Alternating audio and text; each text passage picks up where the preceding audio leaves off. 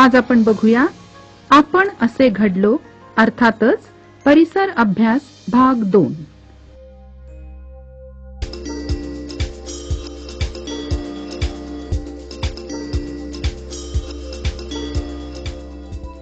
पाठ पहिला, इतिहास म्हणजे काय। मुलांनो, गेल्या वर्षी आपण 4थ्या इयत्तेत होतो। त्यावेळी आपण छत्रपती शिवाजी महाराजांच्या चरित्राचा अभ्यास केला। शिवाजी महाराजांच्या जन्मापूर्वीचा काळ म्हणजे आजपासून सुमारे 400 वर्षांपूर्वीचा काळ। तर या काळाला आपण 400 वर्ष जुना किंवा 400 वर्षांपूर्वी होऊन गेलेला काळ असं म्हणू शकतो। म्हणजेच थोडक्यात व्यवहाराच्या सोयीसाठी आपण काळाचे वेगवेगळ्या पद्धतीने भाग पाडतो। आता बघा आपण आपल्या रोजच्या बोलण्यामध्ये काय काय शब्द वापरतो। अगं, आता मी जेवत आहे, किंवा थोड्या वेळापूर्वी मावशीचा फोन आला होता, किंवा आपण म्हणतो आज, काल, उद्या, या वर्षी। तर हे शब्दप्रयोग करताना आपण नकळत आपल्या मनातल्या मनात काळ मोजत असतो। आता बघा मी या वर्षी 5वीत आहे। हा कोणता काळ? तर हा आहे वर्तमान काळ। काल मामाच्या घरी वास्तुशांत होती, काल होती म्हणजे भूतकाळ।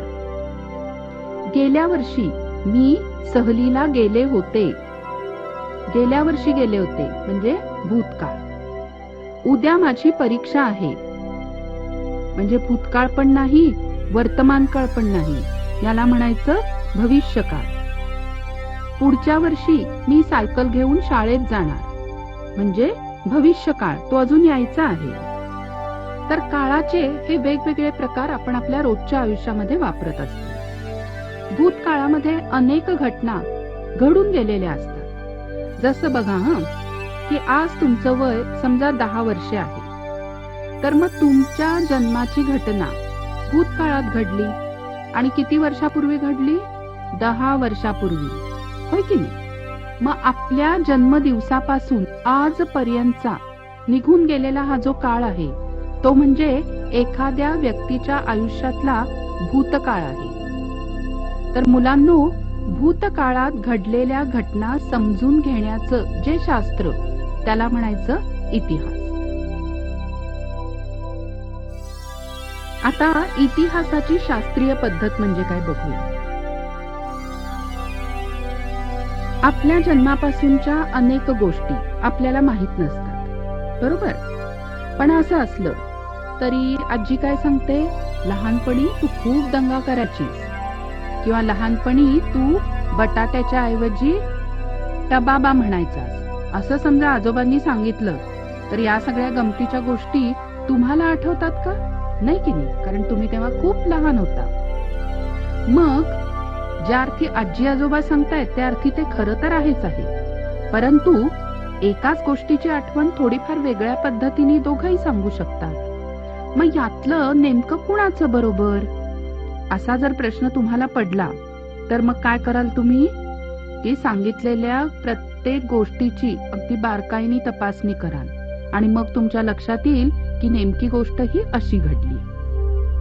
तर इतिहासाच्या शास्त्रीय पद्धतीमध्ये काय होतं, तर आपल्याला अनेक पुरावे सापडतात। आता हे पुरावे वेगवेगळ्या कसोट्यांवर तपासून बघावे लागतात आणि ते तपासून ते विश्वास ठेवण्या योग्य आहे का नाही हे ठरवण्याची जी पद्धत, त्याला म्हणायचं शास्त्रीय पद्धत। आता भूतकाळातल्या घटना पुन्हा जशाच्या तशा घडवून आणणं हे काही शक्य नसते, पण तरीही पुरावे शोधणे, जुळवणे यासाठी शास्त्रीय पद्धतीचाच वापर केला जातो।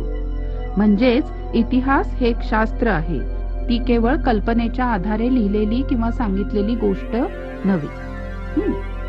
आता इतिहासाची साधनं म्हणजे काय? तर आपल्याला जे पुरावे सापडलेले असतात त्या पुराव्यांमध्ये कधी कधी प्राचीन वस्तू असतात, प्राचीन वास्तू म्हणजे इमारती असतात, शिल्प असतात, भांडी असतात, नाणी असतात, यांना म्हणायचं भौतिक साधनं, कारण ती उपलब्ध आहे. त्यानंतर काही कोरीव लेख सापडतात, ताम्रपट सापडतात, ग्रंथ सापडतात, त्यांना म्हणायचं लिखित साधनं. याशिवाय काही लोकांच्या आठवणीत असलेल्या कथा कहाण्या जुने लोक सांगतात, मग त्यांना म्हणायचं मौखिक साधनं, तोंडाने सांगितलेली साधनं. मग भूतकाळात नेमकं काय घडलं, कसं घडलं, यासाठी या साधनांमधून मिळणाऱ्या पुराव्यांच्या खरे खोटेपणाची कसून तपासणी केली जाते आणि मग त्या पुराव्यांच्या आधारे भूतकाळातल्या घटना क्रमवार जुळवून मग इतिहासाची शास्त्रीय पद्धतीने मांडणी करतात. आता तुम्ही म्हणाल की इतिहासाचा अभ्यास का करायचा? इतिहासामुळे आपल्याला भूतकाळातल्या घटना समजतात. मग माणसाच्या व्यक्तिगत किंवा खूप माणसांनी एकत्र येऊन सामुदायिकरित्या केलेल्या एखाद्या कृती ह्या इतिहासातून आपल्याला कळतात. त्यावेळेला त्या कृतींचा परिणाम त्यावेळच्या लोकांवर काय झाला, समाज जीवन कसं बदललं, हे पण आपल्याला कळतं. आणि म्हणूनच इतिहासाचा अभ्यास केला की आपल्याला समजतं भूतकाळात आपल्याकडून काय चुका झाल्या, त्या आता कशा आपण पुन्हा करायच्या नाहीयेत आणि आपला भविष्यकाळ आणखीन कसा चांगला घडवता येईल हे इतिहासाच्या अभ्यासातून आपल्याला कळतं. भूतकाळात होऊन गेलेल्या थोर व्यक्तींची चरित्र जर आपण वाचली तर त्यातून आपल्याला स्फूर्ती मिळते. प्रत्येक गावाला, देशाला, पृथ्वीला, माणसाला सगळ्यांना स्वतंत्र इतिहास आहे.